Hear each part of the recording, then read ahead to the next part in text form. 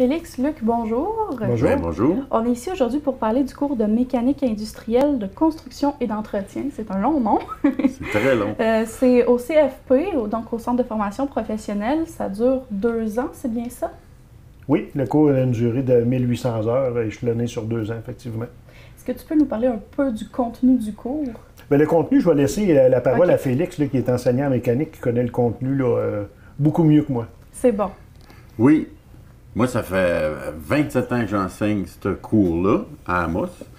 Le cours de 2 ans, première année, je dirais que c'est plus mécanicien de base, là, les lubrifications, l'entretien, apprendre à partir de la base, les outils de base. Puis quand on monte en 2e année, là, c'est plus technique, je dirais.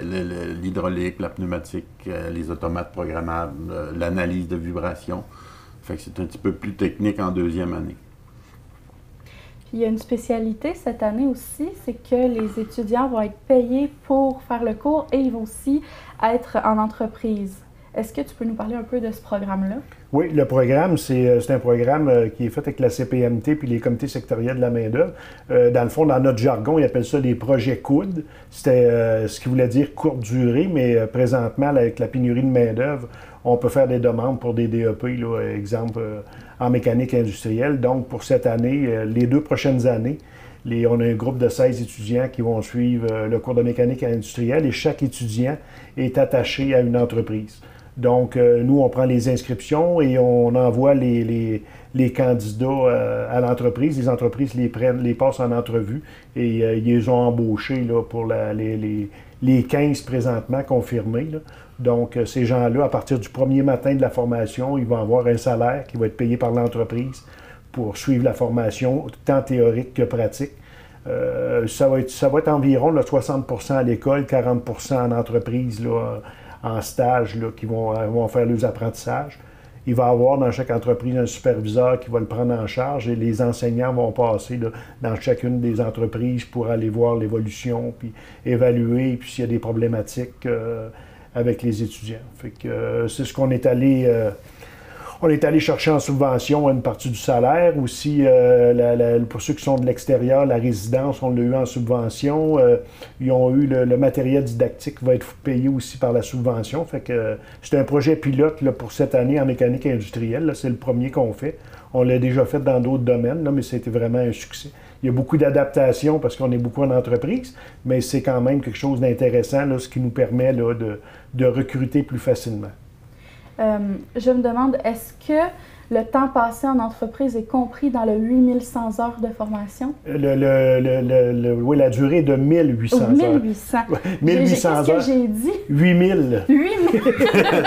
C'est un doctorat. Oui, c'est ça. là. Oui, absolument. Oui, les heures comptent. Ils vont faire, ce qui va compter dans le DEP, c'est 30 heures de théorie à l'école.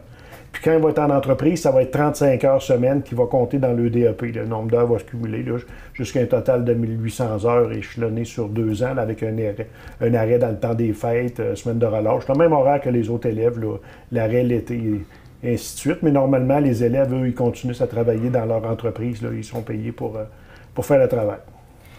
Ça a fait une différence parce que depuis plusieurs années, le recrutement baisse en formation professionnelle, bien, un peu comme partout ailleurs. On a déjà eu au-dessus de 60 élèves en première année, autant en 2e année. Mais depuis une dizaine d'années, ça n'arrête pas de baisser. L'an dernier, le groupe qui a fini sa première année est revenu cette année. 10 élèves, comme c'est là. Fait en ayant ce programme-là, le recrutement a été beaucoup plus facile, là, ça devient intéressant. Les jeunes d'aujourd'hui, ça a des dépenses d'aujourd'hui, des cellulaires, des autos, etc.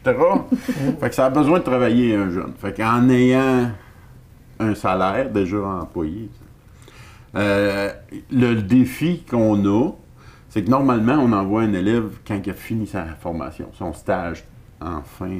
Fait que les industries sont habituées d'avoir des étudiants dans leur environnement. Mais là, ça va être différent parce que chaque module, on ampute des heures qui n'est pas fait à l'école, mais il faut qu'il soit fait en entreprise. Fait que le défi, ça va être de prendre,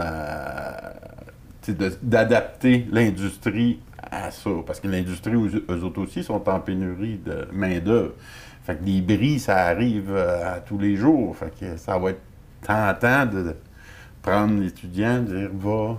Puis c'est correct aussi. Il y a une partie qu'il faut qu'il aille faire ça, mais il y a une partie qu'il faut qu'il soit assis puis qu'il fasse ce qu'il n'a pas fait à l'école. Fait que ça va être notre beau défi de.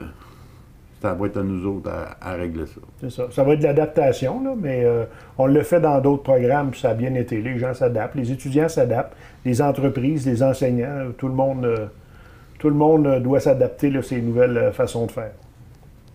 Puis, dans quelles entreprises on peut travailler avec ce DEP-là? Bien, les entreprises sont quand même assez larges. Là. C'est des entreprises de fabrication. On va parler de scierie, on va parler de moulins à papier, on va parler des minières, on va parler d'ESCA, on va parler beaucoup d'entreprises là, qui font de l'installation, de l'entretien, de convoyeurs ou des entrepreneurs qui font des arrêts planifiés. Des arrêts planifiés, je partais de dire le mot en anglais. Des arrêts planifiés, fait qu'il y a beaucoup de possibilités, puis il y a beaucoup d'emplois, là. Les étudiants... j'en ai partout. J'en ai dans les hôpitaux, j'en ai au CN, j'en ai Hydro-Québec, j'en ai... Il y en a partout. Partout. Oui, absolument. Partout ce qui est de la mécanique fixe. Dans les mines. Ouais. Sauf que le projet, cette année, il est subventionné plus par le comité sectoriel du bois. Fait que c'est plus ça. Mais il y avait de l'ouverture par ici. Il y avait de la place pour les minières ou autres. Oui.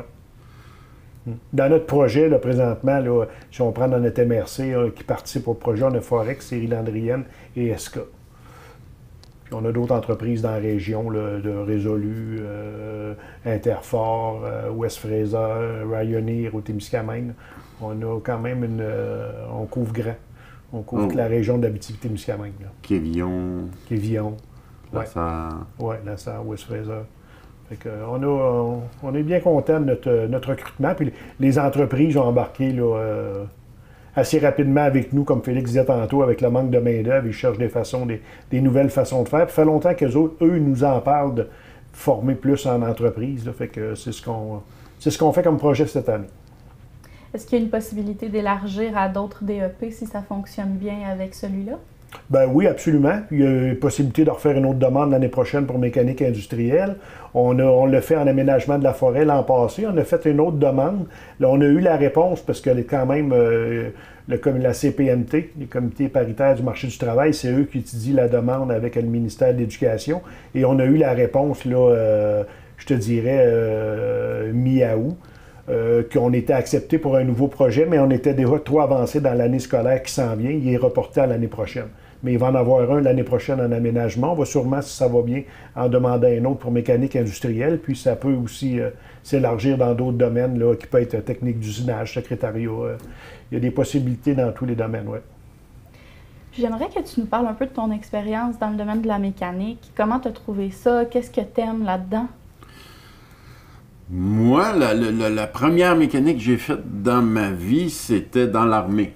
Fait que j'étais sur les navires, j'étais un marin, puis je faisais la mécanique là-dedans. En sortant de là, j'ai fait une demande au chômage. Ils m'ont financé un DEP qui était connexe en mécanique industrielle.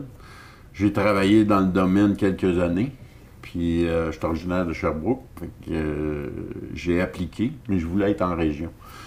Fait que j'ai appliqué partout dans les régions, puis c'est Amos qui m'ont appelé pas longtemps après. Fait qu'on a déménagé ici, puis depuis ce temps-là, je suis en mécanique industrielle de construction. Puis c'est quoi la différence avec de la mécanique normale? Je me pose la question, là. Bien souvent, nous autres, on dit, je suis en mécanique industrielle, là, le monde nous parle automobile, mais là, c'est mécanique automobile.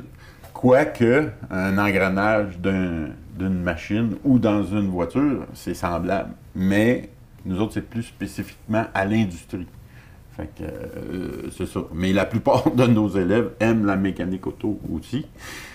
Ils ont tous des bazous pour se promener, fait qu'ils apprennent la mécanique de base là. Fait que c'est un métier qui est utile à la maison.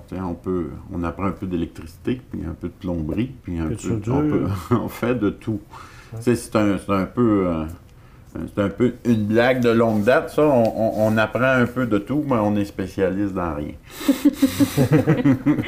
Bien, ça permet de faire différentes choses en entreprise puis de répondre aux besoins. Puis j'imagine que l'entreprise, après, va former plus spécifiquement la personne dans ce qu'elle a besoin. Exactement.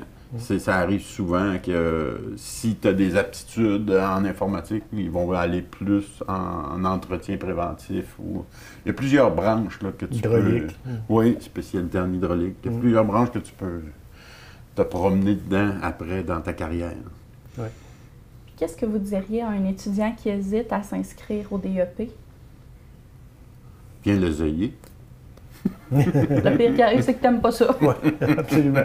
À la quantité de métiers qui existent, puis les formations au Québec sont reconnues là, à la grandeur du Canada. Il y a une place pour tout le monde. Ouais. Moi, je pourrais rajouter, viens l'essayer. Si tu aimes la mécanique, t'es manuel, je pense que c'est un beau métier. Puis les ouvertures sont grandes. Les ouvertures sont pour les mines, sont pour les scieries, sont pour l'international. On a plein de mécaniciens qui ont été en Afrique. Il y a beaucoup d'ouvertures avec des postes intéressants puis des salaires extrêmement intéressants là, en mécanique industrielle. C'est pas rare qu'un élève gagne plus que moi la première année. Ouais. Oh! Ouais. Alors, les salaires sont vraiment bons. Il y a une grosse demande. Absolument. C'est intéressant comme métier. Ben, Félix, Luc, merci beaucoup d'avoir été là. Ça fait plaisir. Ça fait plaisir. On va vous souhaiter une belle journée. Toi Merci, aussi. toi aussi. Bye.